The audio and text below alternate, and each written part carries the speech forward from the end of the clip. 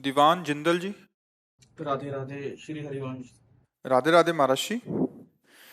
बाबा जी, पैसे का मोह त्याग करना चाहते हैं पर लालच त्यागने नहीं देता। महाराज जी रास्ता दिखाएं, हम क्या करें कि पैसे का मोह ना रहे हमारे पे। तुम्हारे अंदर ही थोड़ी है, सबके अंदर है। लोभ पास जे गल न बंधाया, सो नर तुम समान रघुराया। जिसने धन की लोभ की फांसी अपने गले में ना डाली हो, वो केवल भगवान ही है, या जो भगवान को प्राप्त महापुरुष हैं। अन्यथा इसका बहुत बड़ा प्रभाव है। तीन ही खाई बहुत जोर की बनाई गई हैं, जो भगवत प्राप्ति नहीं होने देती, अपने में गिरा लेती हैं। पहली है कंचन, दूसरी है कामिनी, तीसरी है कीर्ति। तो कंचन के अंतर्गत ही धन आता है। धन की वृत्ति इसलिए हमें प्रिय लगती है कि उससे हमें भोग मिलते हैं। अगर धन से भोग न मिले तो धन का महत्व खत्म हो जाए। अब बताओ, 2000 के नोट एक बक्सा भर आपको दिए जाए, आपको लेने में अच्छा लगेगा क्या? क्योंकि पता है उसका महत्व खत्म हो चुका है। नहीं पता है ना। तो धन का महत्व क्यों है आपके अंदर? क्योंकि उससे भोग सामग्री मिलती है। मन चाहे हम खर्चा कर सकते हैं। खर्चा किस में? इंद्रियों के भोगों में। खा सकते हैं, देख सकते हैं, सुन सकते हैं, अच्छी विलासता से रह सकते हैं, क्योंकि अर्थ से इंद्रियजन्य भोगों की लालसा हुई। अच्छा, अब इंद्रियजन्य भोगों पर आते हैं। तो कौन सा ऐसा भोग है जिसको प्राप्त करने के बाद आप ये कह देंगे कि अब मुझे नहीं चाहिए? कोई भी आप विचार करके बताइए, जिसके प्राप्त हो जाने पर आप ये कह दें कि अब कछुनाथ न चाहे मुझे। ऐसा एक भी भोग नहीं है। महाराज ययाति चक्रवर्ती सम्राट शुक्राचार्य जी की पुत्री, बहुत ही सुंदर देवयानी जी, पत्नी रूप में प्राप्त किया, खूब विषय सेवन किया। फिर आगे घटना घटी तो उनके बुढ़ापे की दूरी के लिए वरदान मिला कि आप अपने किसी पुत्र की जवानी ले सकते हैं। तो उन्होंने अपने पुत्र का यौवन लेकर फिर भोगा, हाथ कुछ नहीं लगा। तो उन्होंने ये लिखा कि भगवान से विमुख पुरुष की संपूर्ण संसार की सुंदरियां जौ धान्य भोग सामग्री दे दी जाए तो भी उसको तृप्ति नहीं होगी। फाइनल में बड़े बड़े महापुरुषों ने देखा, भोगों में कभी शांति नहीं है, त्यागात शांति अनंतरम। भोगों के त्याग से शांति है। अब मन इतना मलिन है कि ये समझाने में समझ में नहीं आता। लगता है हम भोग रहे हैं, उसमें आनंद मिल रहा है, आप कह रहे हो कि मिल नहीं रहा। तो जब शराब आदमी पीता है, नाली में पड़ा होता है, तो उसको दुख थोड़ी होता है। उसको ऐसा लगता है जैसे बादशाह है, उसको कोई परेशानी नहीं है। नाली में पड़ा है, उठने की हिम्मत नहीं, परमानंद, लेकिन असल में परमानंद का भी अनुभव नहीं हुआ। तो यदि हम भगवान के आश्रित होकर के नाम जप करें और नाम में हमारी महत्व बुद्धि हो जाए जैसे धन में होती है, तो आप इस लोक में भी सुखी हो जाएंगे और परलोक में भी सुखी हो जाएंगे। नाम जप नहीं है तो ये धोखेबाज माया हमको ऐसे ही फंसाकर पूरा जीवन नष्ट कर देती है। कहीं सुख नहीं है, कहीं सुख नहीं। कई बार हम इस बात को विस्तृत करके बताना चाहते हैं कि अपने लोग भ्रम में फंस गए हैं, भ्रम में। एक कुत्ता हड्डी को पा गया तो दूसरे कुत्ते ने देखा तो उससे बचने के लिए एकांत में भागा और जाकर खूब हड्डी को चबा रहा है। उसी के गलफरों से खून निकल रहा है और उसको बड़ा मजा आ रहा है कि हड्डी में स्वाद है। ठीक ऐसे ही हमारे मन की दशा है। हमारी ही जीवनी शक्ति नष्ट होती है और हमें बड़ा मजा आ रहा है, हमें बड़ा सुख मिल रहा है। हर इंद्री हमको अपना गुलाम बनाती चली जा रही है, हमारा नाश करती चली जा रही है। नए नए बच्चे ड्रग्स, भांग, चरस, गांजा, शराब, अफीम अपने जीवन को नष्ट करते जा रहे हैं। उनको लग रहा बड़ा मजा आ रहा है। व्यभिचार, उनको लग रहा बड़ा मजा आ रहा है। तो बुद्धि हमारी खराब हो चुकी है। जब तक बुद्धि शुद्ध नहीं होगी तब तक बात नहीं बनेगी। और बुद्धि शुद्ध होने का एक उपाय रह गया है। और भी उपाय साधनाएं हैं पर कलयुग है, नहीं कर सकते आप। एक उपाय है, जैसे बने भगवान का नाम लेना शुरू कर दो। राधा राधा कृष्ण कृष्ण राम राम हरि हरि, जो नाम प्रिय हो।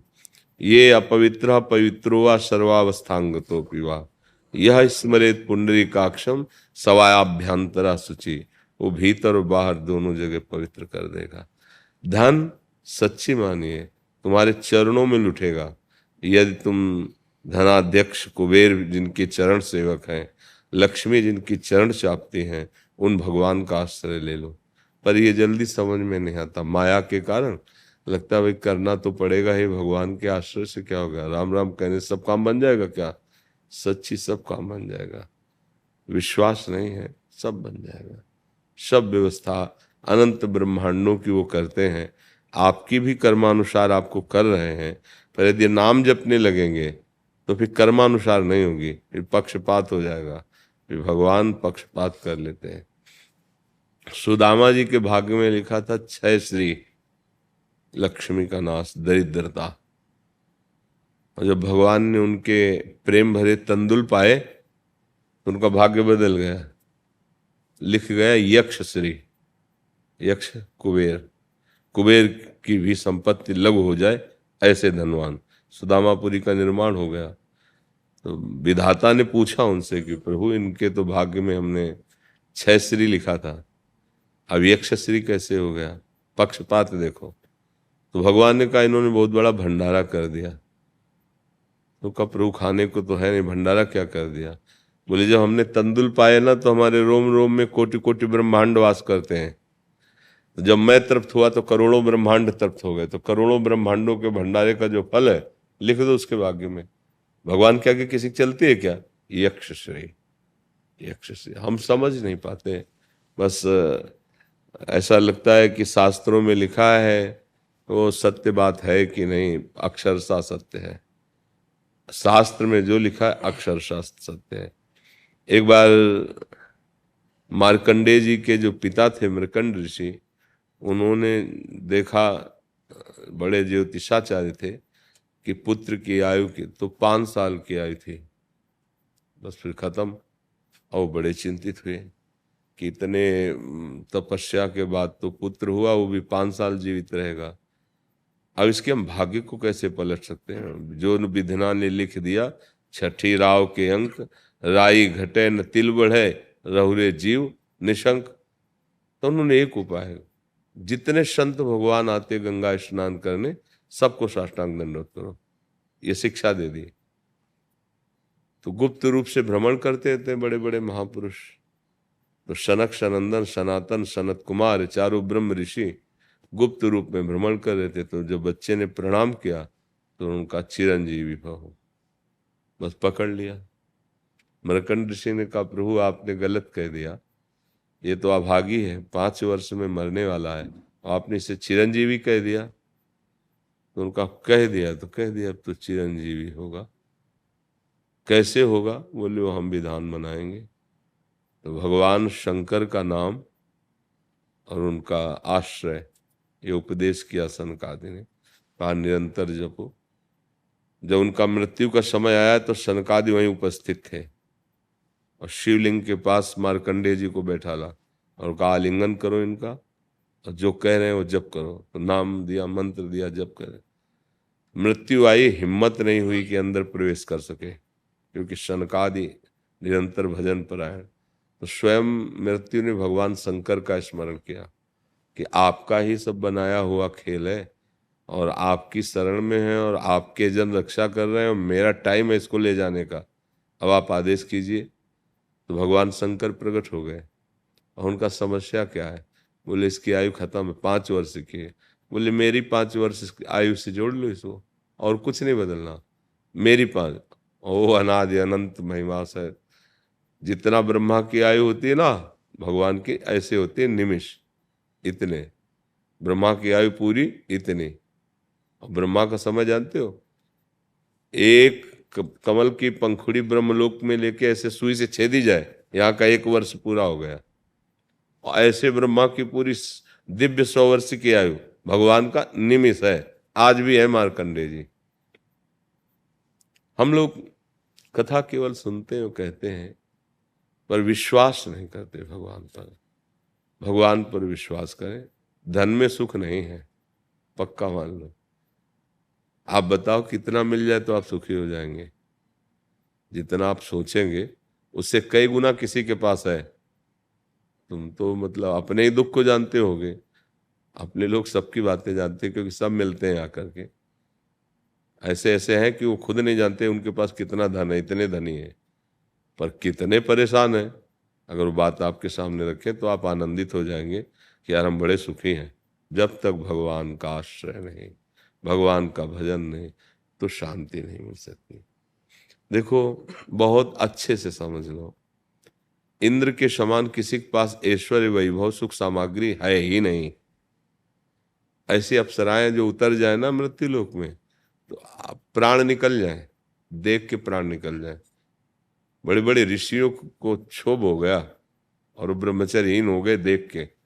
ऐसी सुंदरियां हैं, ऐसी सुंदरियां, ऐसा ऐश्वर्य, ऐसा पद, ऐसे में उसको भी शांति नहीं है। देवराज इंद्र को भी शांति नहीं है, वो भी विषयों से लालायित रहते हैं। अप्सराओं को छोड़कर एक ब्रह्म ऋषि की, एक महात्मा की कुटिया में जाके गलत आचरण करते हैं। सुना होगा अहिल्या प्रसंग। क्या है ये, क्या है? समझो, जरा विचार करके देखो, तुम क्या चाहते हो, उनके पास क्या कमी है? इसका मतलब चाहतों की पूर्ति नहीं हो सकती। बिना भगवान का भजन किए, भगवान का आश्रय लिए, कहीं कोई भी संतुष्ट नहीं, चाहे जितने बड़ा पदाधिकारी हो विश्व ब्रह्मांड में कोई। इसलिए जैसी परिस्थिति दी है भगवान ने, उसमें राजी रहना सीखो।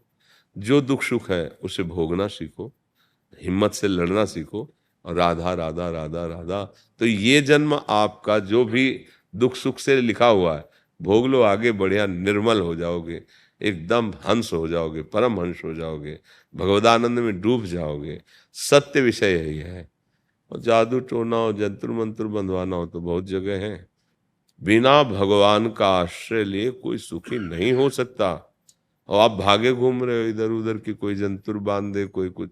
अरे आधा घंटा बैठकर रामायण पढ़ो, आधा घंटा बैठ के कीर्तन करो, रो रो के भगवान से प्रार्थना करो। अगर बदल न जाए सिस्टम तो हमें बता देना।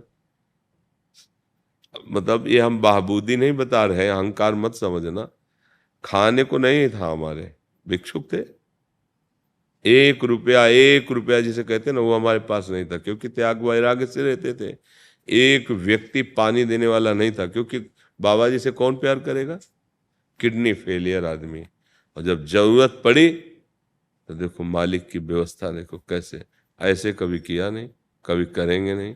मर जाए मंगवो भलो न बाप सो, जो प्रभु राखे टेक। उनसे भी नहीं मांगा है। तुम्हारी गरज हो तो करो। हम प्यार किया है तुमसे, कोई धंधा थोड़ी किया है। बस सब व्यवस्थाएं चल रही, सब। अंदर भयानक कष्ट है इस समय भी, वर्तमान में। एक ऐसा लगता है जैसे पूरे महल में आग लगी, एक कोने में ऐसी जगह है, एसी रूम, कि चुपचाप बैठ जाओ, आंच नहीं पहुंचेगी। ऐसा कुछ है यहाँ। अगर भगवान की शरण में ना हो तो अभी अभी तुम्हें दिखाई देगा कि दुर्दशा किसे कहते हैं। दोनों किडनी फेल है। तो जो हमारा बचपन से हमने किसी जीव को ऐसे कष्ट नहीं दिया होगा, तब ये कष्ट है हिसाब में हमारे। तो तुम्हारा हिसाब कितना जमा होगा, तुम्हारी हालत क्या होगी, विचार करके देखो। अब ये कि हमारा आखिरी रजिस्टर है, खेल खत्म। तो इसलिए जो है फटाफट भुगवाया जा रहा है। चलो निकलो बाहर। अब मतलब जेल से मुक्त होने का समय आ गया है। तो इसलिए सब लीला है। मान लो आप रुपये की चिंतन में हो, अरबों रुपया हो गया, करोगे क्या करोगे तुम? भोगे सामग्री ना, बढ़िया कपड़ा, बढ़िया गाड़ी, सब व्यवस्था, और एक्सीडेंट हुआ, गाड़ी में आगी लग गई, सब भर गए, उसी में जल गए। क्या हुआ? क्या क्या सुख ने? बोले इतने की गाड़ी थी, ऐसा ऐसा था, एक्सीडेंट हुआ था। मृत्यु लोक है होश में। धन में सुख नहीं है, भगवान के नाम में सुख है। इससे जो धन मिलता है वो बांधता भी नहीं है, क्योंकि भगवत प्रसाद रूप है ना। जैसे ऐसे मिठाई लो, 100 ग्राम पाओ, और वही 100 ग्राम मिठाई प्रभु को भोग लगवाओ मंदिर में, और फिर लो, तो इतने में भी इतना स्वाद सबको नहीं कहते वो इतनी इतनी मिठाई जो है ना भगवत प्रसाद हो गई तो एकदम आनंद है। वही मिठाई खरीद के खाओ आनंद नहीं मिलेगा। सत्यनारायण की कथा में जब पंचामृत बंटता था ना तो हम लोग बच्चे जब थे तो डबल लाइन लगा लेते थे। हाँ ऐसे जब चम्मच घर में बना लो, खूब दूध है खूब नहीं स्वाद आएगा क्योंकि भगवद अर्पित है। तो अगर तुम्हारा जीवन भगवद अर्पित हो गया तो आज जो बेस्वाद जीवन है वही आनंदमय। प्रसादे सर्व दुखानाम हानिरस्य उपजाते। बिना भगवान की शरण के, बिना भगवान के नाम के तुम ठगे जाओगे, तुम्हें छला जाएगा। चाहे वो माया हो, चाहे वो व्यक्ति हो, चाहे वो वस्तु हो, जो भगवान के चरणों से दूर कर दे वही हमें ठग रहा है। बस सीधी बात समझ लो और ये दिमाग में बैठा लो, पैसे से सत्य वस्तु की प्राप्ति नहीं होती। पैसे से तुम भोग खरीद सकते हो और पैसे से जो आशीर्वाद मिलता है वो नाटक मिलता है, ध्यान रखना। पैसे से सच्चिदानंद को खरीदा नहीं जाता, उसके लिए तो प्राण समर्पित किए जाते हैं। जैसे जैसे नाम जप करोगे तो भगवान कृपा करेंगे, भगवान कृपा करेंगे तो जा पर कृपा राम की हुई ता पर कृपा करे। ये सिद्धांत समझ लीजिए। ऐसा नहीं कि 10-5 लाख दे लेके तुम्हारा निपटारा हो जाएगा। हाँ वो धोखा है, तुम्हें छला जा रहा है। तुम्हारे कर्म को कोई भी विनाश नहीं कर सकता। अगर कर सकता है तो एकमात्र हरि। मामे वे प्रपद्यन्ते माया में ताम तरंतिते। हरि के सिवा दूसरा कोई ठिकाना नहीं। अगर भाग रहे हो तो भाग भाग के देख लो, चाहे जहां चले जाओ, ठगे जाओगे, ठगे जाओगे।